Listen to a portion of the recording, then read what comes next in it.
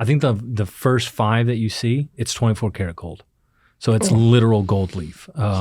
So that's a whole nother process. You're smelting down gold and turning it into no, praise the your own Lord. pawn shop. No, I do not. No, I don't run a back alley. Cash for gold. I need to make an icon. Please give We're me going to your take gold. those idols of your jewelry box and turn them into icons. If you have any gold Bring your bowls, golden calves. He goes from hobbit to dwarf at that point. That's exactly right. Smells some gold.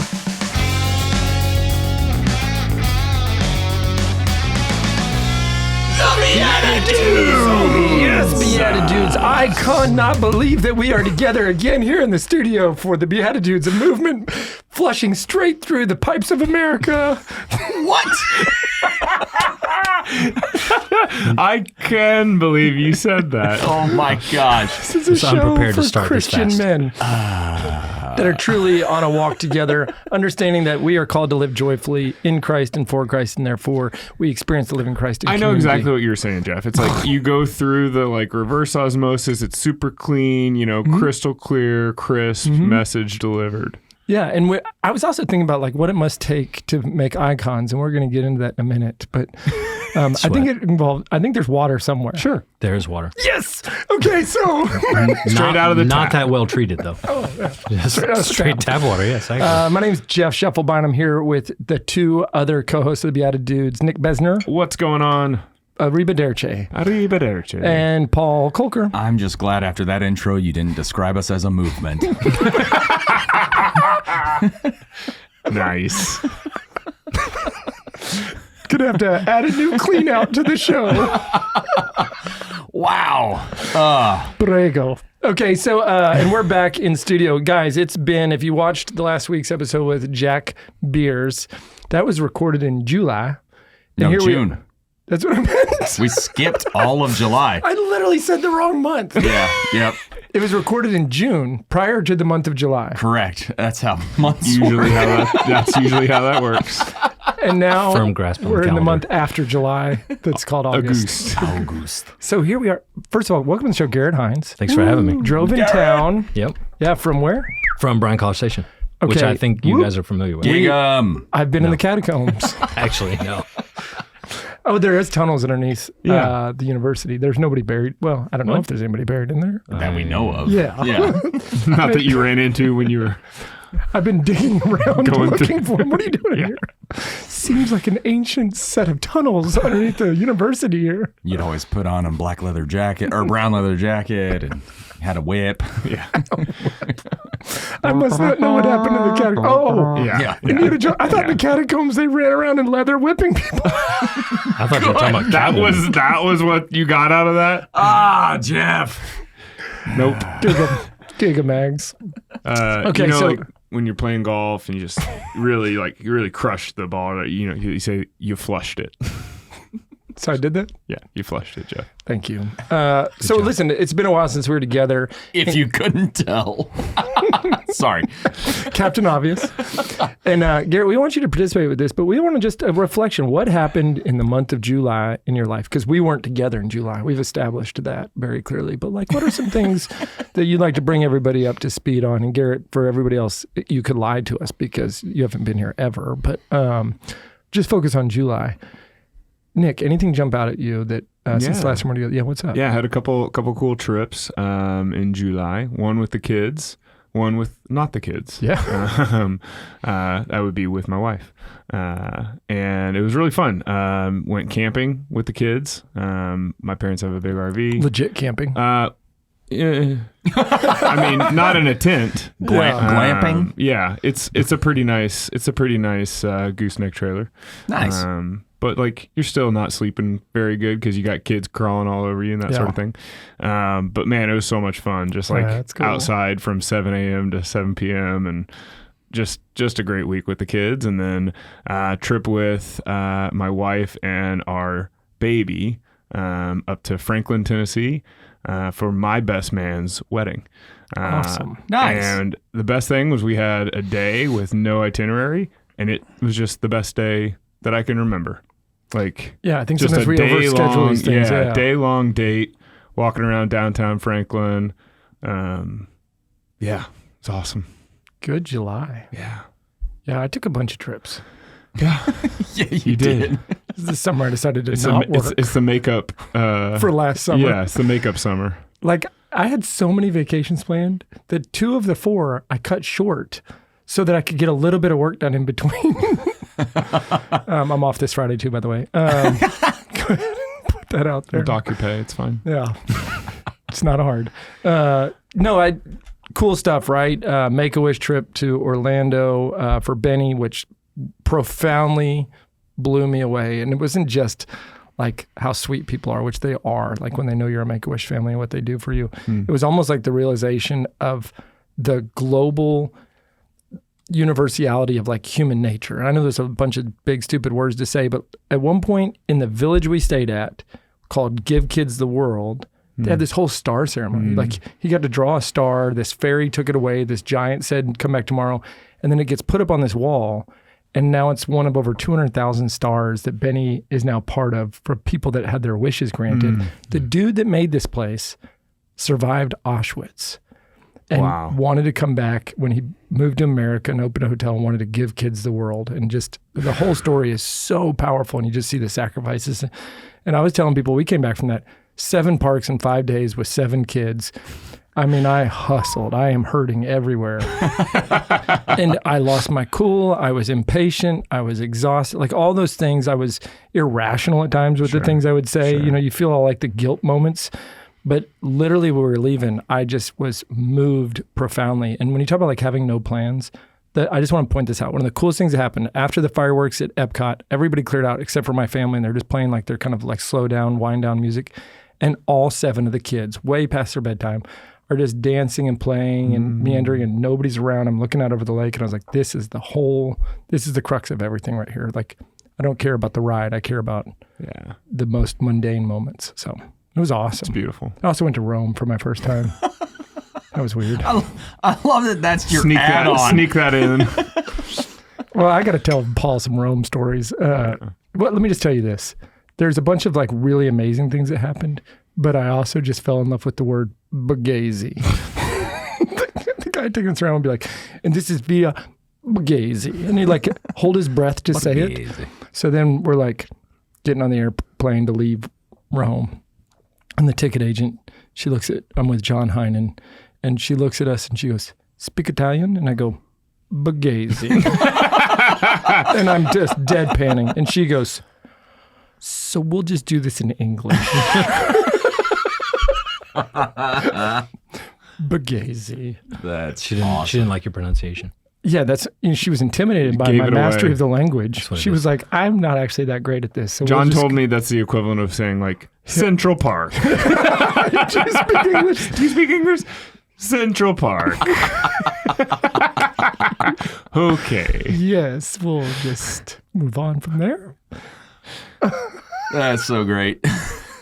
You can picture this. Oh no, yes, I can for sure, 100%. I did think about you, Paul, when I was there. Oh, thank you. Yep. That's what I love when people just think of me on their glorious vacations.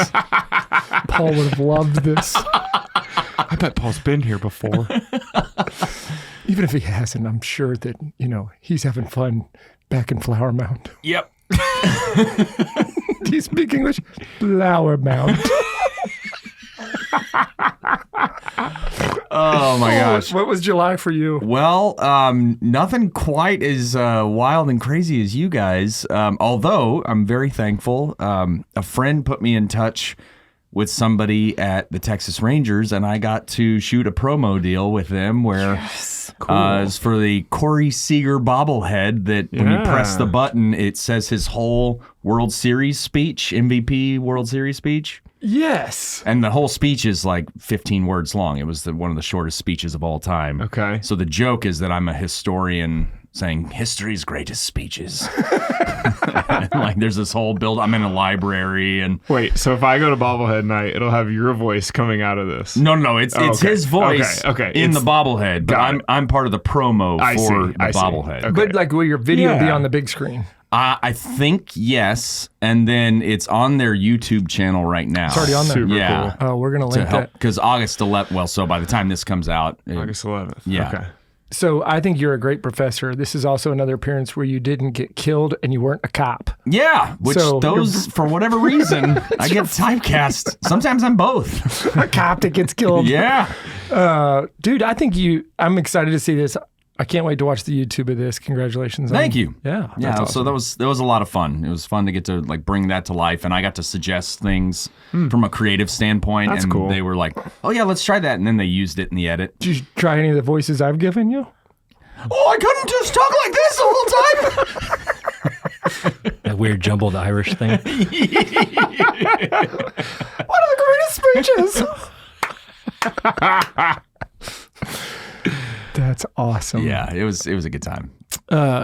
Cool Rangers moment. I got to interact with Jake Berger, his child. So he's the first baseman, I right? think that's right. Number 21. He changed his number to 21 to recognize Down syndrome because he has the only Major League Baseball player with a child that has Down syndrome. Whoa. And him and his wife spoke at the National Down Syndrome Congress. And we got to be a part of that because we're doing some cool stuff with a company that employs special needs adults called Howdy Homemade Ice Cream. You and I went there one time, Paul. Yeah. Been there with both of you guys, just not together, which that would be cataclysmic. The world would The end. BeatiDudes go to Howdy Homemade.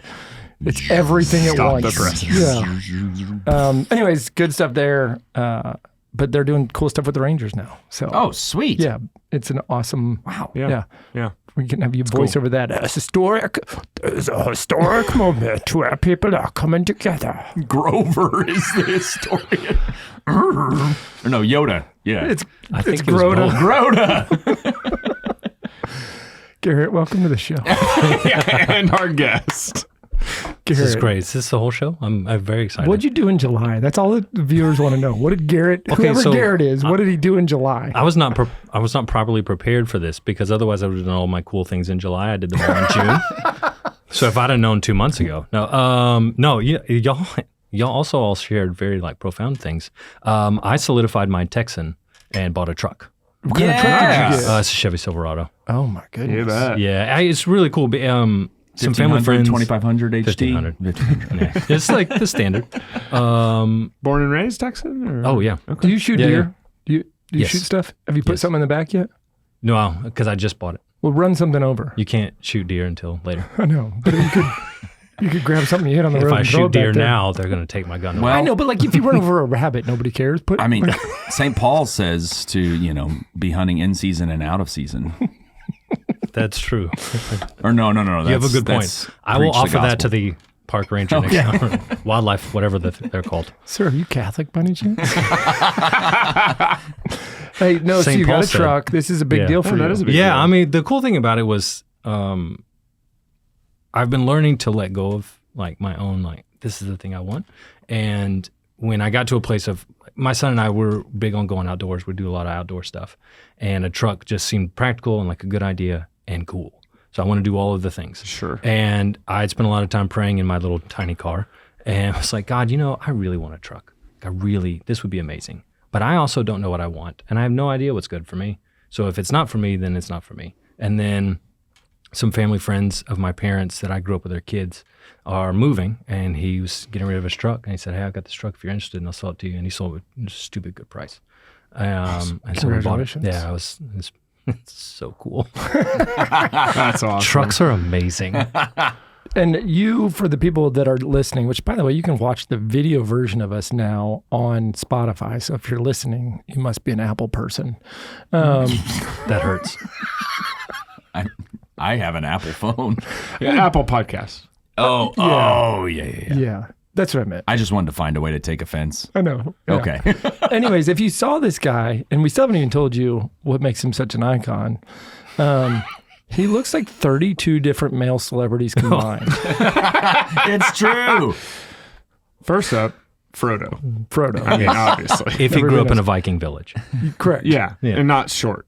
No, I'm medium height. I don't know. The vest makes me think of, not makes me think of, that makes me sound like, it, Frodo. Old. yeah, Frodo. But also a little bit of what's that movie called? The River Runs Through It or something? Brad Pitt?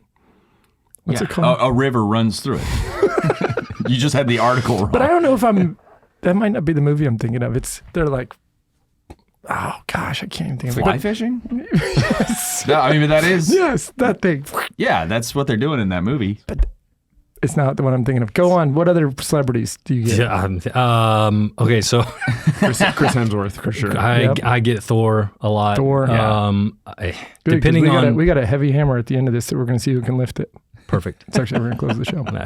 That's actually one of my favorite scenes in that movie. Good. No, the other one I get is depending on the day. I'll get Aquaman, and Who plays Aquaman? Jason Momoa. Yeah, Jason yeah, Momoa. yeah. When The he's beard- when the he's beard lean. matches. Yeah. When Jason Momoa is lean and he has just anyways. Do I know who this is? You probably don't. Okay, good. Yeah, you might not. Okay. But based on all these descriptions, I guarantee you, if 33% of our audience is not already video watching, It's now video watching. they're going to be. No, the other one that I get that I'm very uncomfortable with is so one time I was walking into a school to help a teacher, and I was waiting for the elevator so I could go up to her room, and this little like third grade kid walks by and he looks at me and he goes, "Are you Jesus?" Are you Jesus? Wow. It's like, no. He's in all of us, baby. Don't Yeah. call kids baby. Yeah, don't. That's not, no, don't do that. That'll get you in a lot of trouble. With a winking. No, Air no, guns. you can't do it. Especially if you just have a mustache. Amazing. Wait, so what were you doing in the school? So I currently work in public education and I teach class, but I also coach teachers on how to run a room and how to take care of themselves. So That's important. yeah, after 9 years working in the classroom, after 10 years working in the classroom, I got recruited to do a job where I go around and I work with new teachers who more and more are coming out of the college and they don't know what they're doing. And so you get to go along and kind of mentor, work with, help. It's more of it is a true coaching role because you stand back, you give them observational data and you say, hey, you notice when you do this happens, it's really bad. And so I do a lot of that, but more and more I do a lot of self-care. Like how do you not burn out in 6 months? Which is part of how I got on YouTube, part of how I got to doing that stuff was just because I couldn't be everywhere all the time. And a lot of people were burning out. So What are the common themes? Yeah. Go ahead. Yeah.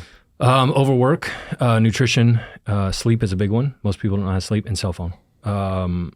Cell phone is the one because the newer generation of teachers that are coming out, they have been trained to be attached to their phone all the time, and then they put work on their phone, and then they're using their phone as an alarm, and then it happens every time, and I can do it with every teacher. They'll say, my sleep's not great, and I say, how's your cell phone? And they'll say, oh, it's fine. I'm like, okay, how long before you go to bed are you looking at your cell phone? And there's a lot of this none of this is my own stuff. Like Sure. Andrew Huberman, Science. Sure. a lot of the science data that's out there, and a lot of people are talking about these discussions. And so I'd say, okay, I'll tell you what, if you'll put your phone in a different room and you don't look at it 30 minutes to an hour before you go to bed, if your sleep's not better in a week, I'll buy you coffee. And I have not bought anybody coffee because it works. I mean, if you'll detach from your electronics for an hour, you'll sleep better.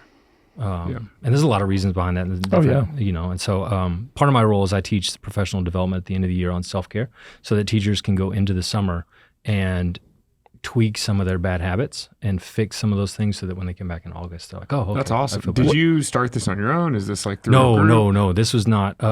There was a lady that was in the district that I'm in. That was 6 years ago. And she put together a team of people. They were experienced teachers who knew what they were doing. That's great. And each teacher that was on this team had their specialty. And we all worked, and the focus really was on classroom management because we were trying to figure out how do you make better classrooms in public education. But then everybody kind of started to specialize. And I come from a faith tradition where we care about how you're doing as a person. And so I started to really pay attention to like just the care of a person. Yeah. And that became my specialty. That was awesome. that was what people called me in for. So What are you teaching? What classes? I teach high school art. So I teach the IB program, which is Interbaccalaureate Arts, college level. And then I teach advanced placement, which is also college level. The word you said was interbaccalaureate? I think that's Literally the have right never one. used that Really? before. You No. never heard IB? Yeah. Yeah, I went it's to a a- baccalaureate Yeah. thing. It's like for international colleges, right? Yes. Yeah. The idea is advanced placement is usually only accepted within your own state. Interbaccalaureate is theoretically you could take your credit to anywhere. It's the more in- universal AP. Yes. So, listen, we got Generally harder than Oh, AP. really? Okay, so they just Can did be. a whole like curriculum rewrite. So IB is now trying to become more like AP. Oh, interesting. I've said that Because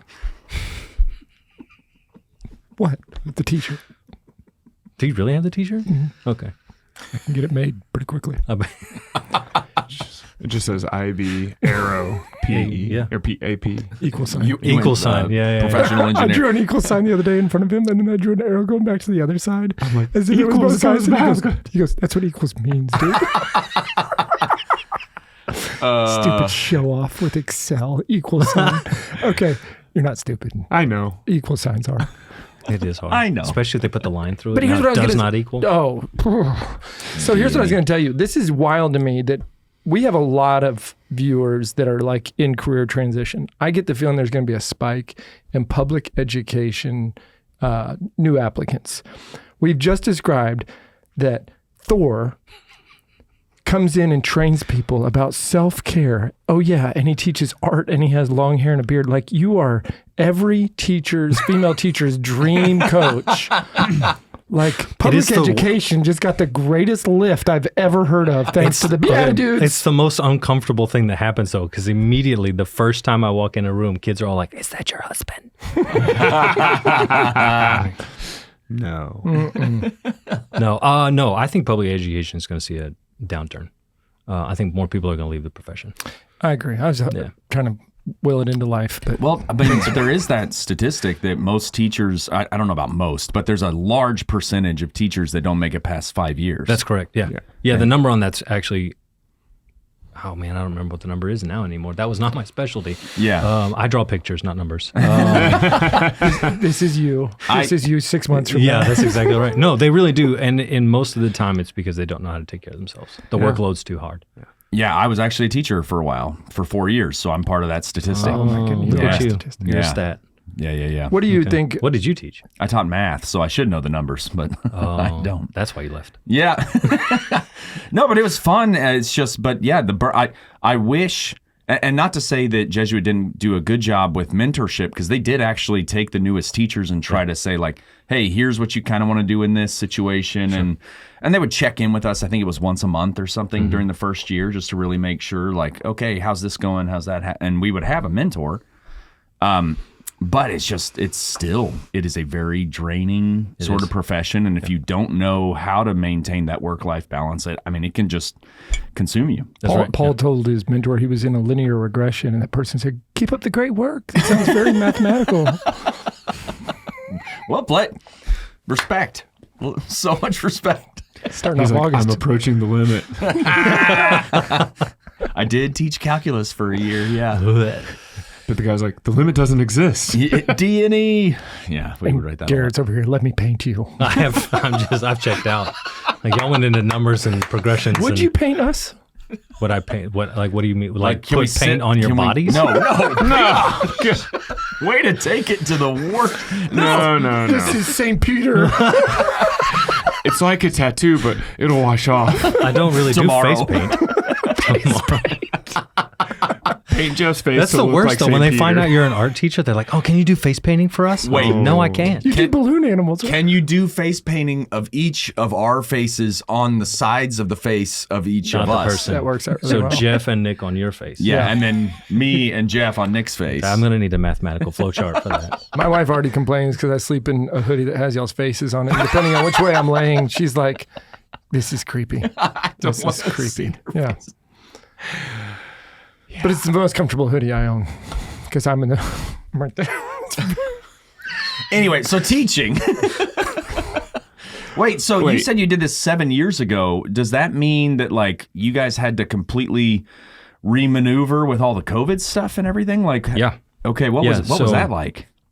For us in our role, it was not as hard for us as it was for teachers, because I could walk in, put a mask on, observe, give feedback, leave, take the mask off in my car, chill out, go to the next thing. Yeah. It was a lot harder for teachers. Yeah. So, and we honestly were not equipped to help teachers through that process. I don't know that the teachers I had got the best coaching they could have gotten, because how do you prepare a teacher to talk to kids when you can't see their face? Yeah. So we tried to pivot as best as we could. But it just, there was a couple of years in there where it's like, man, we could have done better. People are probably wondering right now, like, how did the BeatiDudes come across a teacher coach 3 hours away and invite him up here. But there's more to this story, right? There's a little bit, yeah. Tell us what you got into as a artiste and why you would even be introduced to us then. Take us on that path. Okay, so I went to college to be a teacher, but I couldn't pass the tests. I wanted to be a history teacher, and I couldn't pass. Like, I was bombing, and you have to get a certain score in order to be a teacher to get certified. And so I went out and did another deal. That didn't work out, so I went back to college to finish my degree and get my teaching certificate. And the only thing I knew how to do was draw. And that's what I did in elementary school and high schour. And so I took a bunch of art classes, got my degree in art. And then when we got pregnant with our first, I thought, oh man, I need to do more than just teaching. I need to take my art more seriously. So I started working on that. And I did a series of watercolor because it was cheap. It was easily accessible. We didn't have a lot of money. I needed something that was easy to work with. And it turns out watercolor is not at all easy to work with, but it was it was inexpensive. So I started working with that, and I thought maybe I'll write a children's book. That'll be super fun. So I tried to do that. It tanked miserably. And it's so funny looking back now because I sent my stuff out, and there was a big time publishing house that I submitted my work to, and the guy took what must have been a few hours to review my work and give me like a 2-page critique. Here's all the things that you need to do better. Here's all the ways in which you suck. And that's exactly how I took it. And I got real mad, and I threw all my stuff, and I was like, I'm not going to do children's stuff. Looking back now, I wish I would have said, hey man, this guy took some time. Yeah, I need to like actually take his critiques and get better in those things. And so then I just started making random art, tried to do a few things, but I really enjoyed watercolor. And then I found what some people call the Australian School of Watercolors. It's a lot of contemporary watercolorists that they make gorgeous work. And so I started studying really hard, trying to imitate their work and their movements with the paint and what they were doing on paper. And I did that for a couple of years. And then we went overseas to be missionaries in a non-denominational church. And art was part of how I connected to people. It's still one of the coolest experiences in my life. I went for a walk just to see where Holy Spirit wanted to go, and we walked, and I found this little side of the road studio with a bunch of guys, and they were making art. What part of the world are you in? Southeast Asia. Okay. So I'm probably not going to say the country just because I saw some friends that work there. No. But it was a country where there are certain limitations on what you're allowed to do. But I found these artists, and they made incredible work, and they made it on the side of the road, sold it for nothing. And so I would just, once or twice a week, I'd go hang out with them, talk about art. And we got into some really beautiful conversations about their religion, my religion. Yeah. Really trying to do a lot of evangelism. And while we were there, I just kept making work. But then I started to explore, well, like, what if I do my own stuff? What if I start, I've learned all that I have to learn. I don't like their style. It's not for me. But I've learned how to manipulate the paint the way I really want to. It's cool. So I did that. And then we came back to the States. Our missions experience went pretty terribly. Okay. And we came back pretty busted. And in the process of all that, I started, I remember sitting down at a table. We were in a missions house. I was sitting down at this table and talking to God. And I was like, here's the deal. I thought I was done with teaching. I'm going back to teaching. I don't want to touch a paintbrush. I'm done. I'm out. I don't want anything to do with this, but I'm about to have to teach people how to do this. I'm in a bad way. And had the thought of like, okay, well, what if I just paint for myself for a little bit? And we're back in Texas. I never thought we'd be here again. Maybe if I just celebrate being a Texan for a little bit. And so I'll do some Western style stuff. And I had not taken my practice as seriously before that. And I said, okay, I'm going to do 12 pieces, one every 2 weeks. And I will finish one every 2 weeks. And they're big pieces, so 11 by 14 or 12 by 18.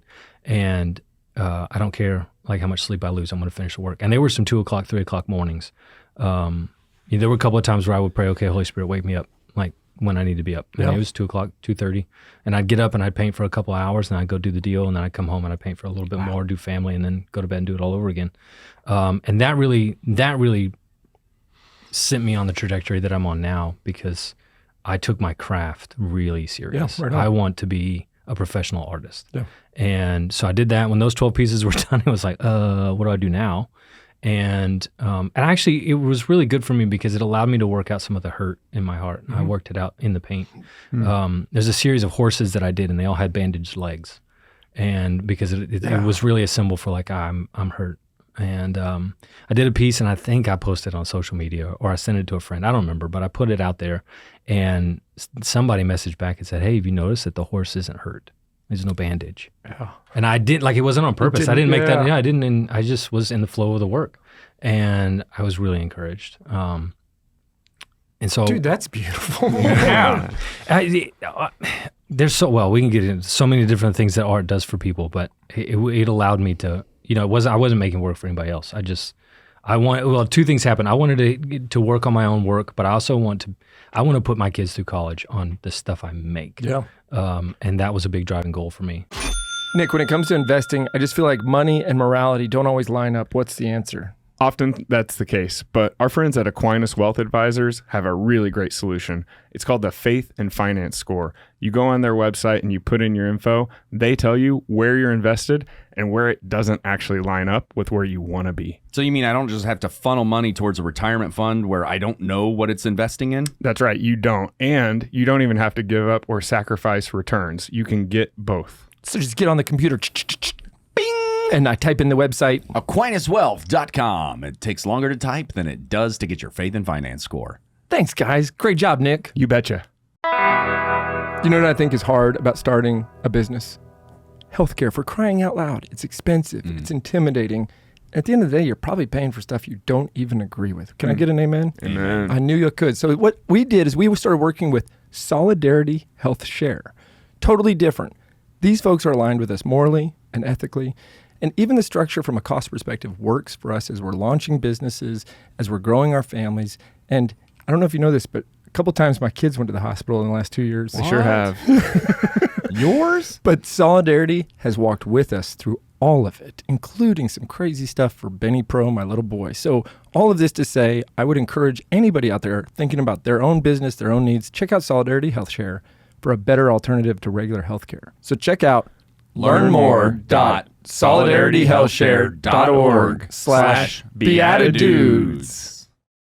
Hi, it's Paul Kolker from the BeatiDudes here, and I just wanted to share with you guys that I also, outside of the show, perform improv comedy on a regular basis with a group called Divine Comedy.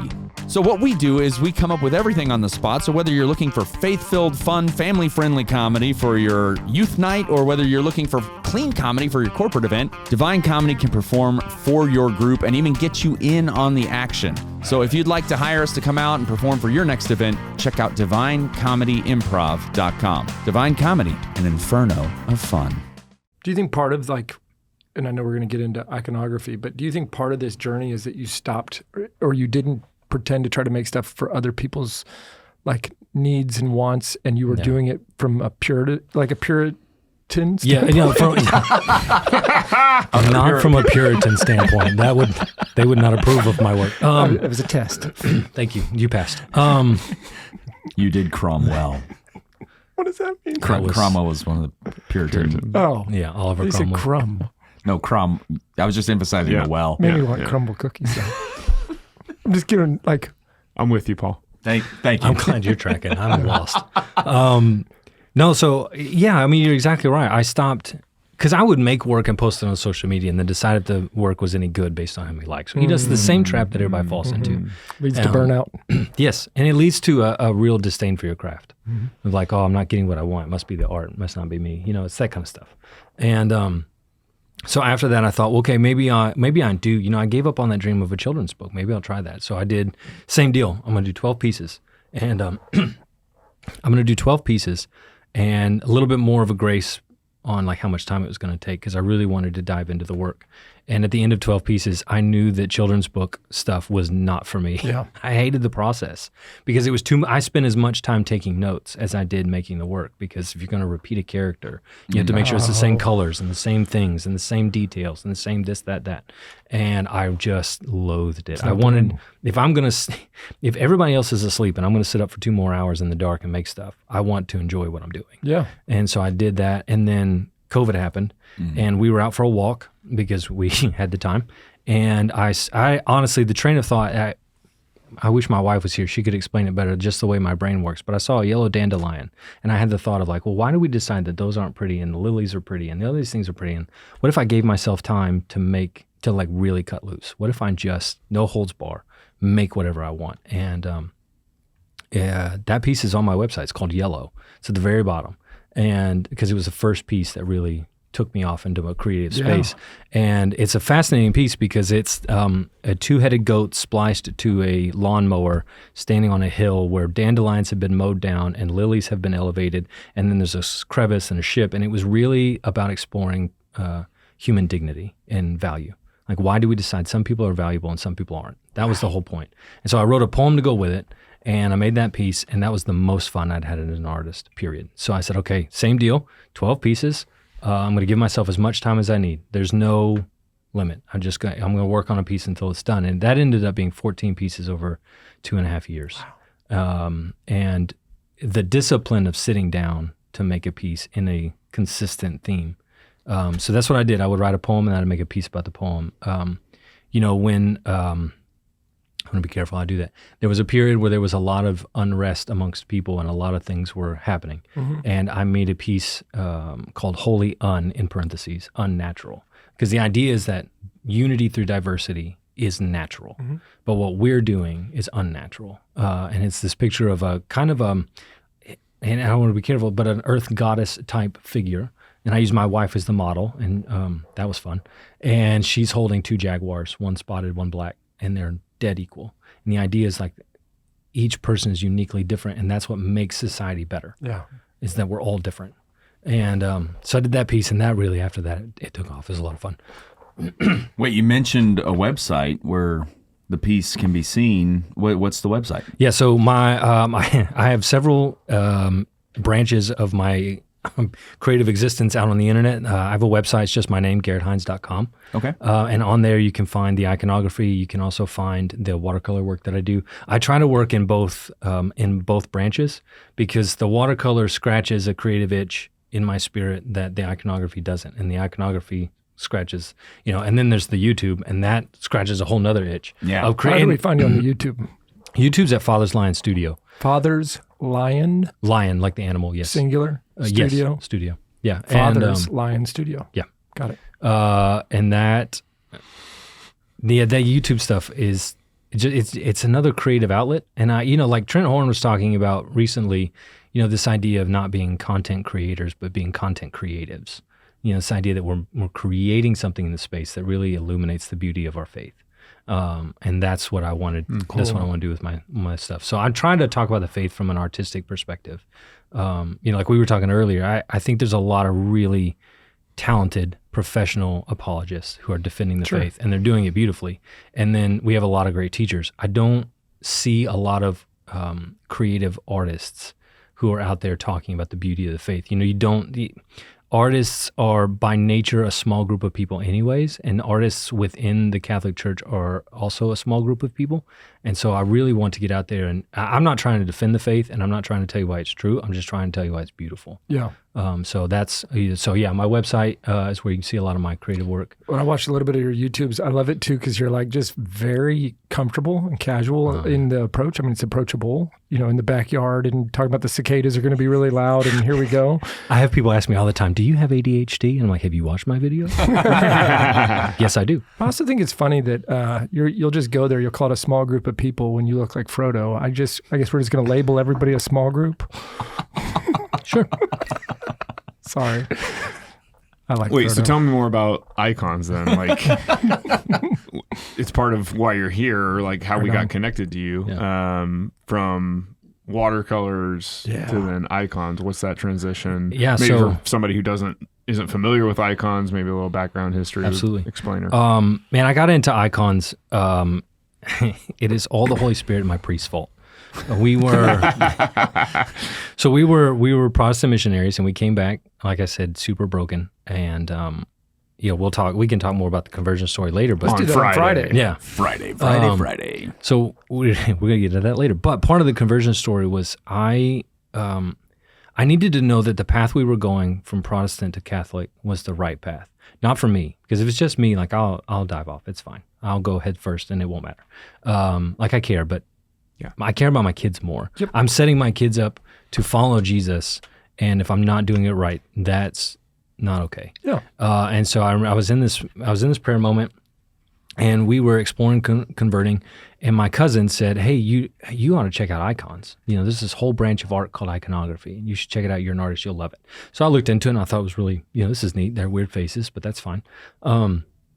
And so I kind of explored that, and in part of my prayer of wanting to make sure that I was taking my kids in the right direction, I thought, okay, this is one of those where I feel like it's excuse me. I feel like it's okay to ask the Lord for like a wet fleece on dry ground. I need a Gideon moment. I need to know that this is right because this is for my kids. And so I was praying and I was talking with the Lord, and I said, okay, here's the deal. I need somebody to give me an icon without me asking.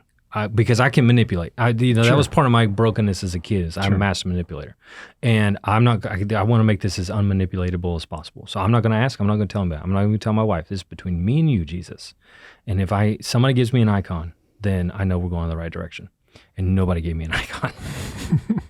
But in the midst of all of that, I started to kind of dabble with the idea of making icons because I was really fascinated by the role of the saints and Mary in our lives. And that was the on-ramp for me, was the lives of the saints. That was the first apologetics argument that I thought, oh, this is logical. Like, this makes sense. Why didn't anybody ever tell me about this? There's this whole group of people that could be praying for me right now, and I'm not asking them to. That's terrible.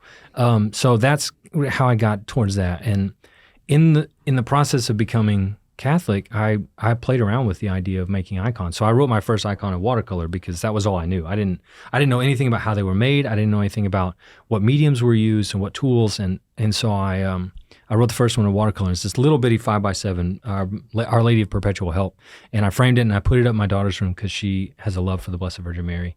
Because the only thing my daughter wants to be in life is a mom. Like, that's her whole world. And so she loves Mary. And so I put it up, and of course, then my son, who's older, he comes to me, he's like, where's mine? Yes. Okay, son, you got it. So his patron saint is St. Francis. They're very close. He and St. Francis, they love nature. My son's whole world is animals and nature. He wants to save all the animals. That's his plan. And so I wrote one to St. Francis. People started to see him and, oh, that's super cool. You should keep doing that. And then my cousin, I texted him a picture because he's the one that got me into it. And he said, well, if you need practice, I could use the St. Moses the Black. I'm like, okay, sure. Yeah. So now I don't know anything about how to make an icon yet. I'm just playing around. And I tried to make one of my own. If anybody ever finds the picture of it, it is the ugliest thing I've ever made. And I have apologized to St. Moses the Black many times for that ugly rendition of his face. And so I wrote that one and I sent it to him. He says it's great. It's trash. I owe him a better one. And at that point, other people had seen them and they said, well, you should make these and sell them. People would, sure. Catholics would pay good money. And I'm not even converted yet. So I didn't know anything about the market or iconography, or is this really, do Catholics actually care about this stuff? And so I wrote a larger version of Our Lady of Perpetual Help in watercolor. I put it in the church auction to help raise money for the church because I was very thankful. We were brought into the church at a time when we needed to be loved on, and they loved on us. Yeah. And it was exactly the right time, and I was very grateful for that. So I put that in the auction to help the church, and not thinking like it would do anything. And then it did something. People got they got into a bidding war over it. They spent some money on it. I'm like, oh, no, we care about this. Oh, okay, cool. Yeah. Well, in the process of that, my priest, Father Albert, saw the icon and he said, you should learn how to do that. I'm like, whatever, Father. Okay, cool. So I think it was like a month later, I come out of Mass and Father Albert stops me and says, hey, did you get my email? I said, no, sir. What? Why are you? I'm not even Catholic, Father Albert. Why are you emailing me? He said, I want you to go to icon school. And I said, what do you mean? He said, I'm going to send you. I want you to go to icon school. Okay. And part of my story is I struggle with authority. Yeah. And so my first thought is like, you're not going to email me. You're not, you're not serious. And, I've been an artist my whole life. And it was the first time the church had ever shown interest in me as an artist and was willing to invest. Like, hey, we see what you have and we think it's valuable and we want to help with that. So 2 days later, sure enough, I got an email and said, hey, here's a list of icon schools or icon workshops you can go to. Pick one. And I emailed back and I was like, these are all out of state. And his assistant said, yeah, he knows, and he's insistent. So you need to pick one. So I picked one. I said, okay, if he says, okay, let me know. I'll start saving for travel. And she goes, no, we're going to take care of everything. Wow. We care about it that Praise much. God. We That's want you to go. And at this point, I'm not converted. I'm not even a convert, but the workshop was post-conversion. So, because we came into the church at Epiphany in January.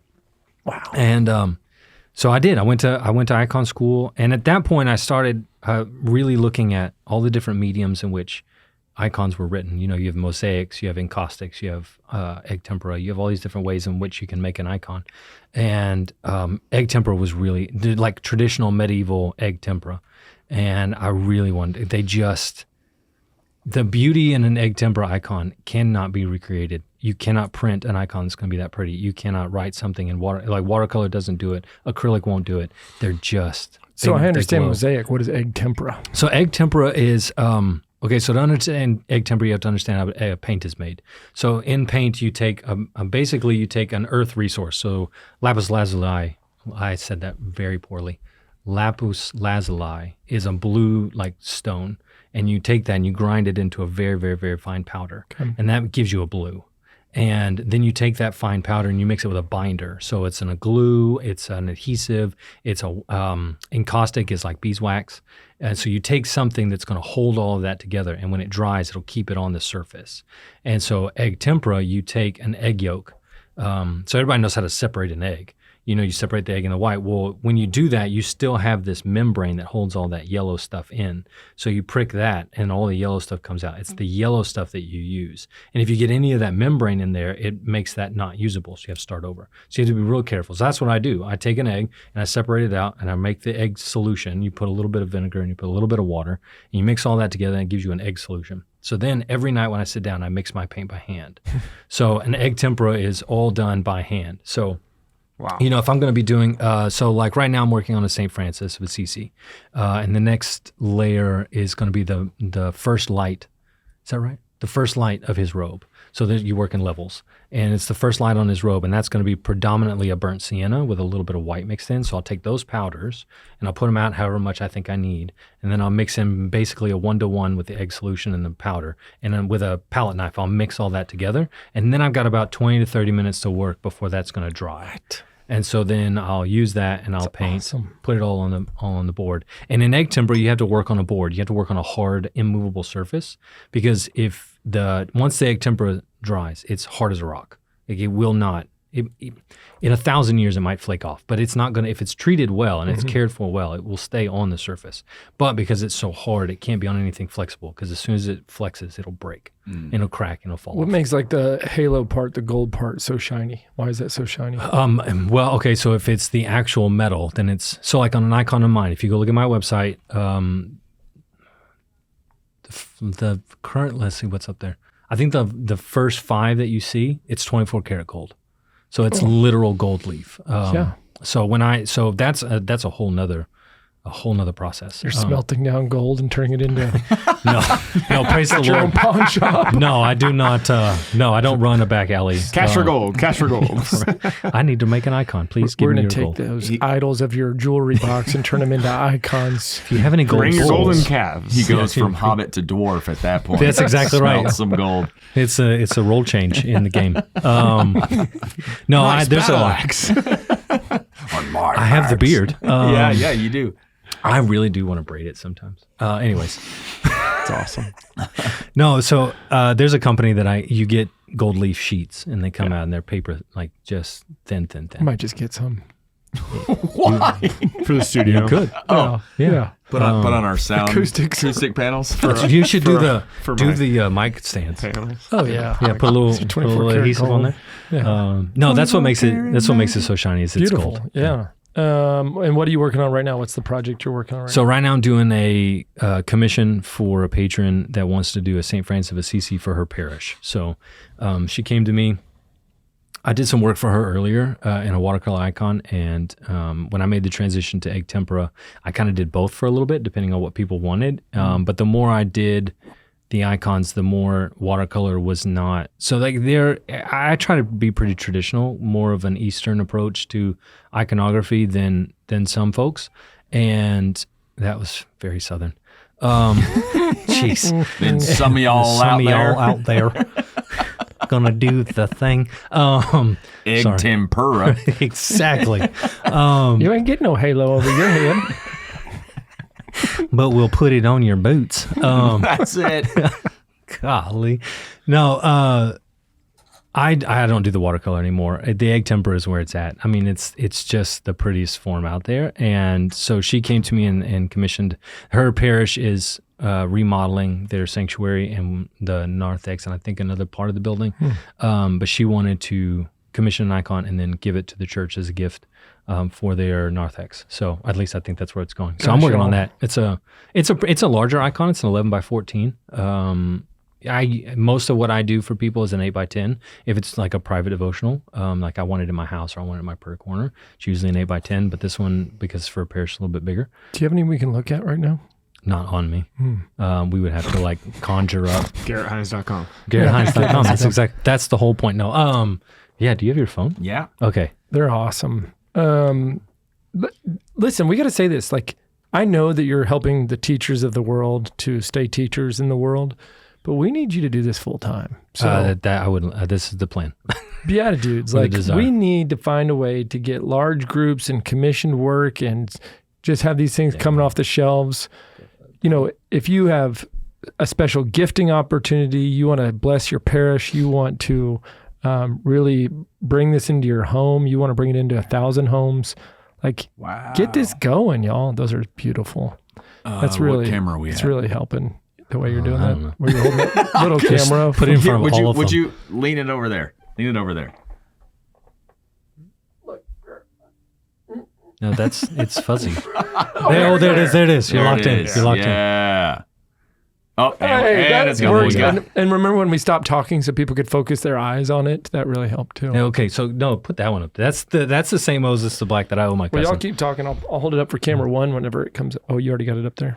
Well, that's so scroll down, I think, because Well, here I'm about to be on No, camera he's on, one. he's on.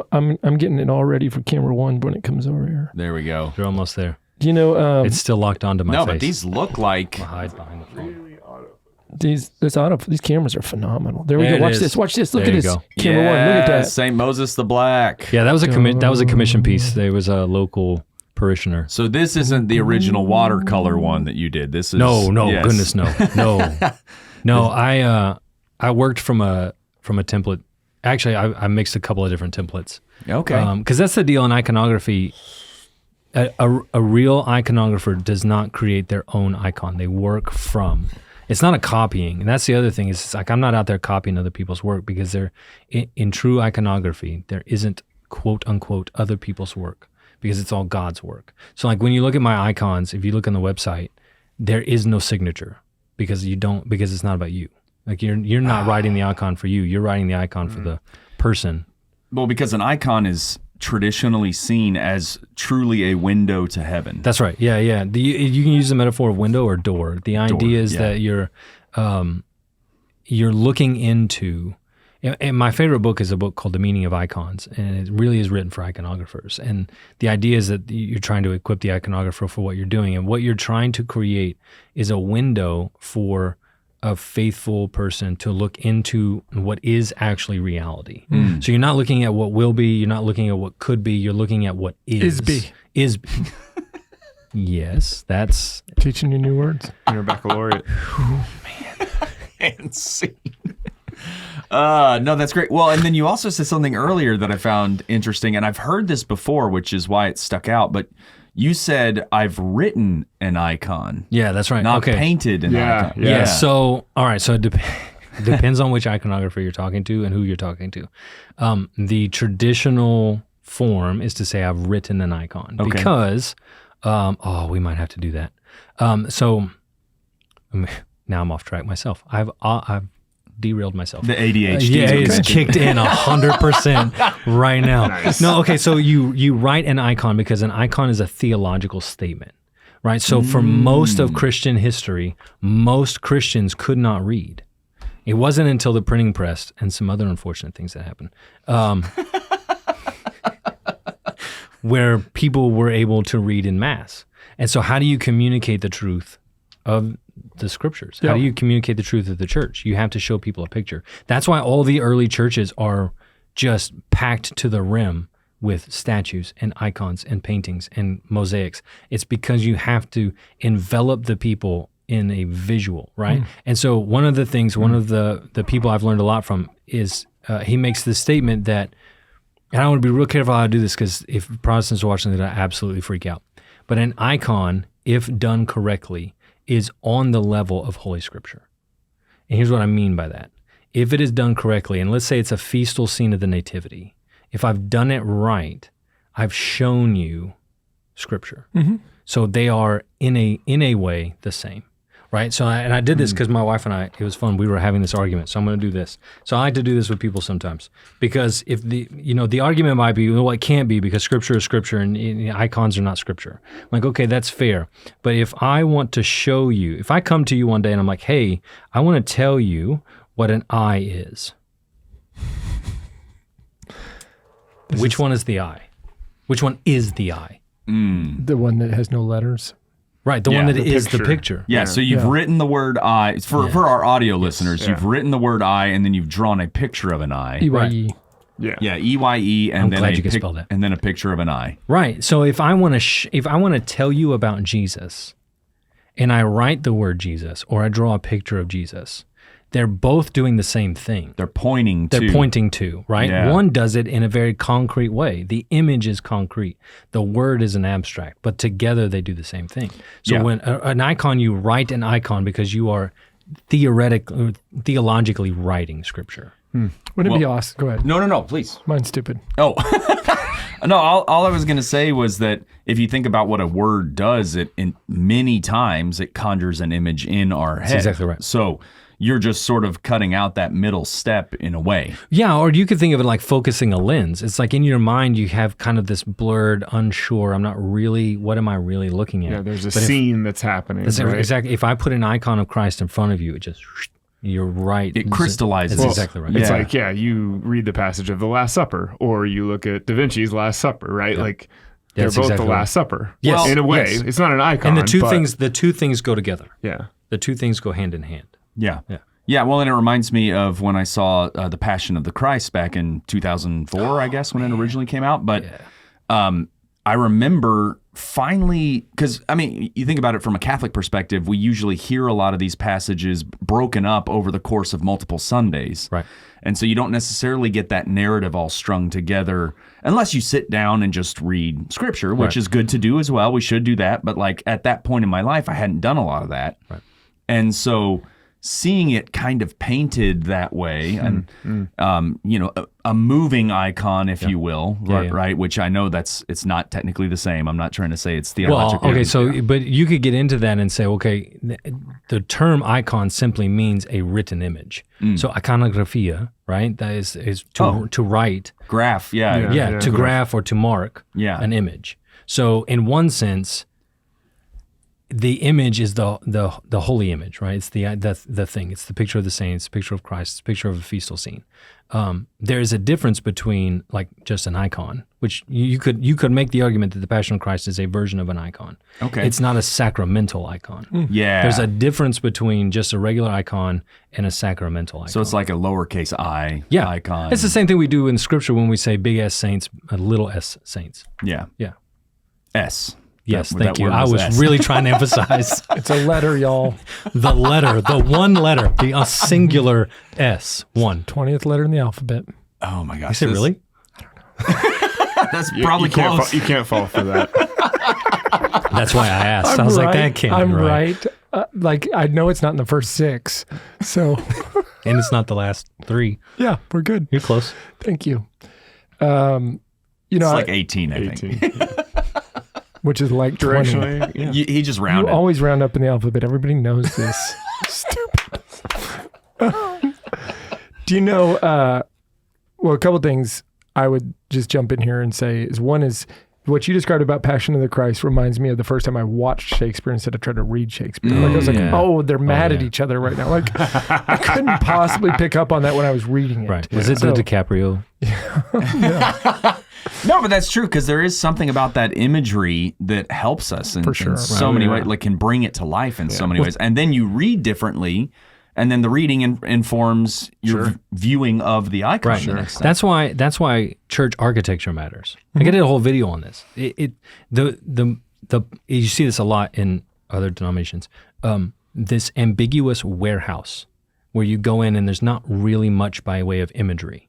It does not draw you into a thing. Yep. But you go to an old Catholic church or an old parish or an old cathedral and it's wall-to-wall imagery. I was in a place called St. Peter's this past week. I've heard of that place. 3 times. Just a place. Just a place. Went to a private St. adoration. Peters in Lindsay, Texas? Yeah, went to a private adoration there on St. Peters. Wait, is there actually one in Lindsay, Texas? There is. There Okay. is. And I was thinking about, I saw statues everywhere, but then there was this one place where it was just a wide open area. Instead of a statue, they had written out, woman with nice cloths on, standing on top of head of a snake, near a moon or a sun. And I was like, and it was beautiful. Praise you for these words on the wall. No, but it is funny though, right? Because obviously the image changes everything. But then they do have in St. Peter's there are words for sure in different spots, and so it's like that beautiful mixture, that holy mixture of those two. Right. For sure. And even icons have letters usually on them that symbolize the names of. Yes, so you'll have either the name or a lot of times if you see a Christ icon, you'll see. Oh man, now I'm going to get it back. Thank you. Yes, ICXC, which is the first and last letter of the name of Christ. Mm-hmm. So, Jesus Christi in Greek. Yeah. And so that's where you get the, MPOY. Oh, shoot. Mater Dei. Yeah. Yeah, so it's Mother of God is for the Mary. And, right. Yep. Well, here's the deal. We're coming up, the directors are telling us we're coming up on the end of the show. No way, are we really? Producer Luke, we're pushing an hour, and I want to be respectful for those people that have a commute that's only an hour and 5 minutes. But I thought that it might be nice to save our game for the Friday episode. Okay. We can launch into that. And you talked about at the beginning of this episode, like becoming Texan, right? Like you're like embracing. Where were you born though? Here. Yeah. So thank goodness you finally did this. We wanted to, I say we, it's me, wanted to embrace our Texan roots right now. Are these Yankee gifts? The Yankee stuff got burned by Jack Beers. So here's a spoon for each of you. Here, give one to Paul. Yeah, you just put your mitts on them. I did. We are going to be enjoying some ice cream from Howdy Homemade to finish off the day here. Nice. But what we're doing is we're starting off I don't think you want an empty with one. a Texas classic. The Dr. Pepper chocolate chip. Dr. Pepper is a Texas classic. Let's go. And let me tell you something. This is a licensed product between Howdy and Dr. Pepper, which is a pretty big deal, and it's delicious. Now, if at any point you want seconds, but you don't want that flavor, which doesn't sound like seconds, then we... First of another. First of a different kind. We have Dreamsicle, which is... Are you going to regale us with knowledge about ice cream? Yeah. You want me to? Perfect. Yeah. Because I want to know what makes it, this is super premium ice cream. It's made with egg tempura. I knew you were. I was gonna say that. Did you mix it by hand? Somebody did something. I have no idea. This is a burnt umber colored. Not even close. Not even close. I was just saying the only Bob Ross paint color I remember. If this looks like burnt umber, I'm not eating it. This is when you put this in. Well, first of all, describe the taste. I'd love to hear it from you guys. That really is Dr. Pepper. It is Dr. Pepper. The Dr. Pepper comes in. It's so creamy. Are you making mouth noises? I didn't mean to. I really didn't. That was the joy of my mouthful.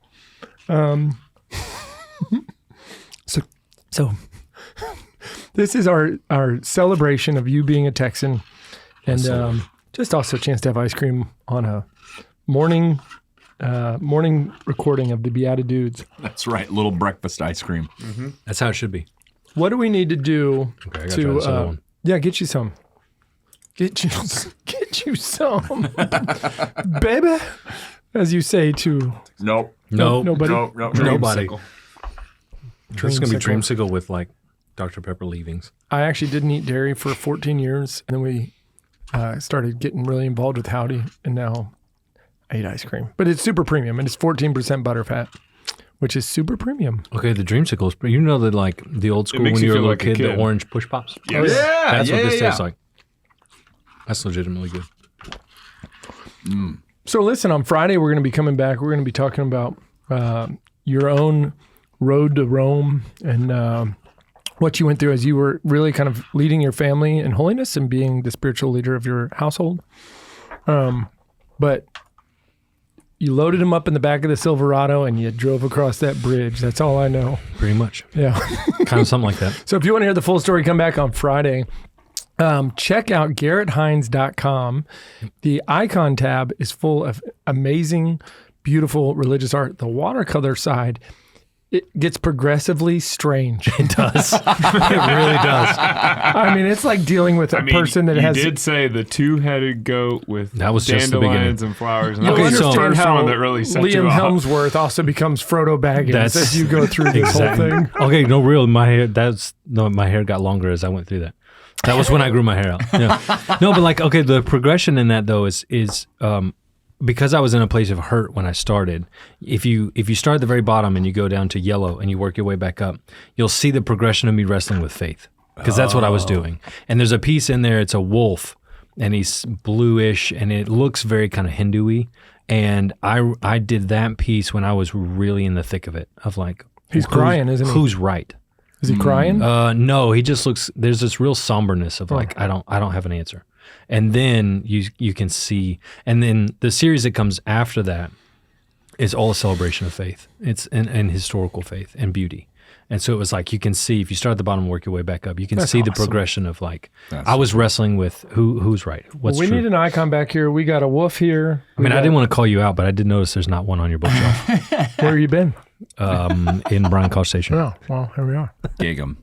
And then No. the Tim Schmaltz. Can I click purchase?